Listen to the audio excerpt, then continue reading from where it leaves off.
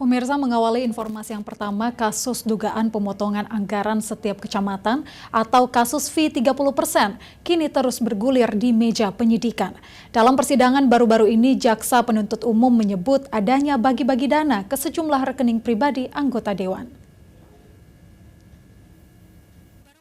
Kasus fee 30% kembali disidangkan. Dalam persidangan, Jaksa Penuntut Umum menyebut adanya aliran dana atau bagi-bagi rupiah ke rekening pribadi sejumlah anggota Dewan sebesar 40 juta rupiah, termasuk kepada mantan legislator Makassar Irwan Jafar.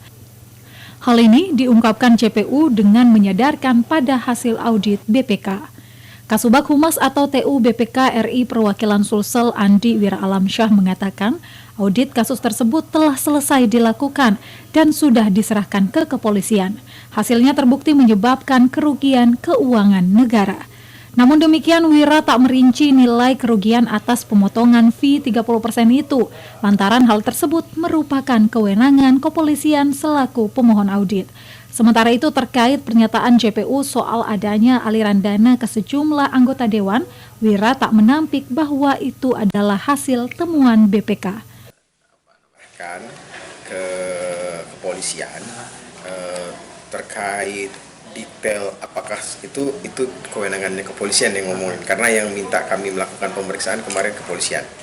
Jadi kami sudah diminta melakukan pemeriksaan dan itu sudah selesai, laporan sudah kami serahkan ke kepolisian. Untuk menanyakan detail hasilnya itu ada di kepolisian. Tapi sudah selesai semuanya, kami sudah di BAP, sudah kami serahkan semuanya. Pak, tapi untuk sekedar memastikan barangkali apa betul ada yang mengalir ke rekening pribadi beberapa anggota Dewan, itu seperti apa, Pak? Saya takutnya, karena yang minta adalah kepolisian, saya takutnya itu menyalahi ketentuan, kami harus menyerah, karena ini kan masih proses ya, dalam persidangan ya, jadi tidak pantas yang kami yang menyebutkan seperti itu. Tapi kami sudah menyerahkan semuanya ke kepolisian, laporannya sudah ada.